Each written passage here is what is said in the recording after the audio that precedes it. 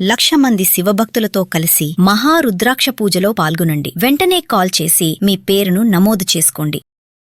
నమస్తే, welcome to our channel. నేను మీ కృష్ణవేణి. కాశికా పురాధినాథ కాలభైరవం భజ అని శంకరాచార్యుల వారే కాలభైరవుని స్తుతించారు. ఆయన అనుగ్రహం లేని కాశీలోకి వెళ్ళాం. కాశీ విషయానికి వచ్చేసరికి కాలభైరవుని పూజించాలంటే కాలంతో పాటు కాలభైరవ ఉపాసన పట్ల అన్ని ప్రాంతాల్లో వారికి కూడా అవేర్నెస్ పెరుగుతుంది. ఒకప్పుడు ఉత్తరాదిని ఎక్కువగా కాలభైరవ ఉపాసన ఉండేది. ఇప్పుడు మెల్లిగా దక్షిణాదిలో కూడా ప్రారంభించారు. ఎందుకు కాలభైరవుని ఉపాసించాలి? శంకరుడు ఉన్నాడు, దక్షిణమూర్తి ఉన్నారు, వీరభద్రుడు ఉన్నారు. మళ్ళీ ఆయన అంశ అయిన కాలభైరవుడే ఎందుకు, ఎలా స్తుతించాలి? నిజంగా కాలభైరవుడు ఉగ్రస్వరూపమా? భయపడాలా ఆయన్ని ఆరాధించాలంటే?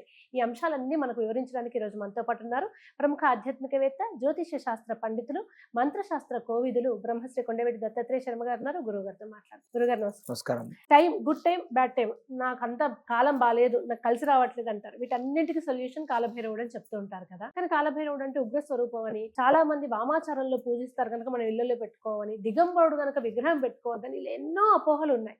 వీటన్నింటికి మీ సమాధానం ఏంటి? ఆయన ఎలా ఆరాధించవచ్చు? కాలభైరవుడు పరమేశ్వరుడు యొక్క అంశ, పరమేశ్వరుడు యొక్క రుద్రగణాలలో ప్రప్రథముడు ఆయన. కాలభైరవుణ్ణి ఆరాధించడం వల్ల కాలం శుభంగా మారుతుంది. మనం కాలభైరవుడు అంటే ఇతరత్ర వేరే అనుకుంటాం, నల్లగా నలుపు అది ఇది. కానీ కాలభైరవుణ్ణి ఆరాధించడం వల్ల కాలం సకాలంలో మనకి ఏది ఎప్పుడు అందాలో అది అప్పుడు సకాలంలో అందుతుంది. కాలభైరవుడు ఉగ్రదేవత అంటే ఉగ్రదేవత కాదు. ఇప్పుడు పరమేశ్వరుడికి కూడా ఉగ్రుడు, రుద్రుడు అనే పేరుంది. ఉన్నంత మాత్రం చేత ఆయన 24 గంటలు కోపంగానే ఉండట్లేదుగా, 24 గంటలు మూడో కన్ను తెరవట్లేదుగా. భగవత్ స్వరూపాల్లో కాలభైరవుణ్ణి ఉగ్రుడుగా, అలాగే కాళికాదేవి మహాకాళీదేవిని ఉగ్రురాలుగా ఎందుకు చూపిస్తారయ్యా అంటే వీళ్ళిద్దరిని ఎక్కువ ప్రధానంగా. ఇప్పుడు మహాకాళీ స్వరూపం, అమ్మవారి యొక్క అనేకమైనటువంటి స్వరూపాలలో మహాకాళీ స్వరూపం ఒకటి. మహాకాళి, మహాలక్ష్మి, మహాసరస్వతి, ఈ 3 ప్రధాన రూపాలలో మహాకాళీ స్వరూపం ఒకటి. ఇప్పుడు ఓ బిడ్డ ఉన్నాడు, ఆ బిడ్డ ఏం చేస్తాడు? ఓ తప్పు పని చేస్తున్నాడు, వాడి జీవితం నాశనం చేసుకుంటున్నాడు. తల్లి ఏం చెప్తుందంట, నాన్న తప్పు, ఆ పని చేయకూడదు, అది చెడ్డదారి, నాశనం అయిపోతావు, వెళ్ళొద్దని. వాడు మళ్ళీ అదే పని చేస్తాడు. అప్పుడు ఏం చేస్తుంది? దండిస్తుంది, కోప్పడుతుంది. ఆ తల్లి కోప్పడినంత మాత్రాన తల్లి కోపిష్టి కాదు, ఆ తల్లికి ప్రేమ ఉంటుంది. దండం దశగుణం భవే. సామదాన భేద దండోపాయాలలో దండం అంటే ఏంటి? భయపెట్టి వాణ్ణి మంచి దారిలో పెట్టేటటువంటి స్వరూపం. ఆ స్వరూపంగా కాళికాదేవిని స్త్రీ స్వరూపంగా, పురుష స్వరూపంగా కాలభైరవుణ్ణి చెప్తారు. ఇంకో విషయం కూడా ఏమిటయ్యా అంటే, కాలభైరవుణ్ణి ఎవరైతే ఆరాధన చేస్తారో, ఉపాసన చేస్తారో, కాలభైరవ స్వామి అనుగ్రహం ఉన్నవాడు బంగారంలో మునిగి తేలుతాడు. స్వర్ణాకర్షణ భైరవం, అష్టభైరవులు ఉంటారు. కాలభైరవుడు కూడా 8 స్వరూపాలతో ఉంటాడు. కాలభైరవుడు మామూలు శక్తి కాదు కాలభైరవుడిది. ఏదో మనం మామూలుగా మాట్లాడుకుంటాం, చేయటం. కాలభైరవుడు ఎవరు పడితే వాడు, ఎక్కడ పడితే అక్కడ నేను కాలభైరవుడిని ఆరాధిస్తున్నాను, నేను పూజిస్తున్నానంటే కుదరదు. ఉపాసకుణ్ణి కాలభైరవుణ్ణి ఆరాధించడం అంటే అది మామూలు విషయం కాదది. కాలభైరవుడి యొక్క అనుగ్రహం పొందడం మామూలు విషయం కాదది. ఎందుకయ్యా అంటే కాలభైరవుడి యొక్క అనుగ్రహాన్ని నువ్వు పొందాలి అంటే నీకు కాలం కలిసి రావాలి.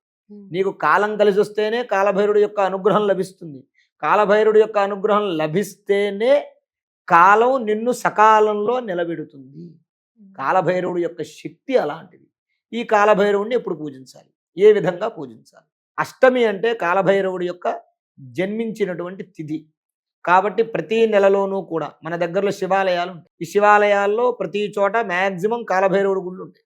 కాబట్టి ఆ కాలభైరవుడి దగ్గరికి వెళ్ళి చక్కగా ఓ దీపారాధన చేయాలి. దీపారాధన చేసి ప్రదక్షిణం చేసి ఆ కాలభైరవుడికి కాస్త పుష్పాలు, ఫలం, పళ్ళో పూలో ఏవో ఒకటి పట్టుకెళ్ళి సమర్పించి దండం పెట్టుకున్నటువంటిదైతే అష్టమి రోజు కాలభైరవుణ్ణి ఆరాధిస్తే అష్ట కష్టాలు తీరతాయి అనేది శాస్త్రం. కాబట్టి అష్ట కష్టాలు నివారణ చేయగలిగినటువంటి శక్తి కాలభైరవుడు. ఆ కారణంగా అష్టమి రోజు కాలభైరవుణ్ణి ఆరాధన చేయాలి. ఇంకోటి కూడా ఏమిటయ్యా అంటే కాలభైరవ దీపం. అష్టమి రోజున ఎవరైతే ఇంట్లో గుమ్మడికాయ దీపారాధన చేస్తారో, అలాగే అమావాస్య రోజు కూడా కొంతమంది గుమ్మడికాయ దీపారాధన భైరవ దీపం అంటారు. దీపాన్ని, ఆ గుమ్మడికాయని తొలిచి దాంట్లో ఆవు నెయ్యి కానీ లేదా నువ్వుల నూనె కానీ స్వచ్ఛమైంది వెయ్యాలి, లేదా కొబ్బరి నూనె లేదా ఆముదం కానీ వేసి ఒత్తి వేసి వెలిగించి దాని చక్కగా పసుపు బొట్లు, కుంకుమ బొట్లు పెట్టి దానికి పూజ చేసి ఆ రాత్రంతా ఆ దీపం వెలిగేలాగా చూసుకో. సూర్యాస్తమయంలో వెలిగించాలి. మళ్ళీ వాడు ఉపవాసం ఉండాలి ఆ దీపం వెలిగించాలంటే సాయంత్రం పూట. ఉండి ఆ దీపం వెలిగించి దానికి పూజ చేసి ఒక కొబ్బరికాయ కొట్టి కాలభైరవుడి పేరు చెప్పి కొబ్బరికాయ కొట్టి దండం పెడితే ఇంట్లోకి ఏ నెగిటివ్ ఎనర్జీ రాదు. కాలభైరవ దీపం అని ఉంటుంది.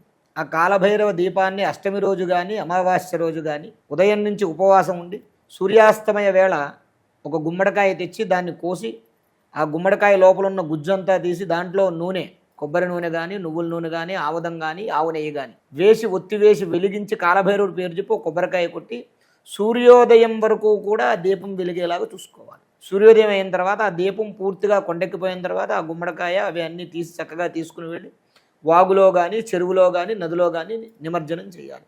అలా ఒక 8 సార్లు ఎవరైతే చేస్తారో వారు ఏ క్షేత్రంలో ఉంటే కాలభైరవుడికి క్షేత్రపాలకుడు అనేటటువంటి పేరు. అలా చేసినటువంటి వాడు ఏ క్షేత్రంలో ఉంటే ఆ క్షేత్రాలు వాడు ఎక్కడుంటే అక్కడ వాడికి విజయాన్ని ప్రసాదిస్తాడు కాలభైరవుడు. అంత శక్తివంతమైనటువంటిది ఆ కాలభైరవ దీపం. అలా ఆ కాలభైరవ స్వామి పరమశివుడి యొక్క అనుజ్ఞతోటి, అలాగే శివారాధన ఎవరైతే చేస్తారో వారికి, అలాగే ఎవరైతే మహాకాళీదేవిని ఆరాధన చేస్తారో వారికి కాలభైరవుడి యొక్క అనుగ్రహంతో సర్వదా శుభములు, విజయములు, లాభములు కూడా కలుగుతాయి. ధన్యవాదాలు. ధన్యవాదాలు. శ్రీ మహాగణాధిపతయే నమః.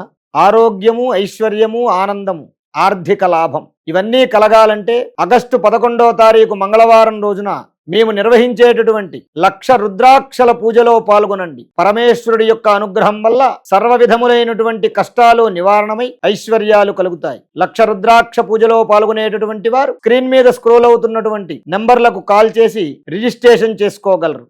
స్వస్తి.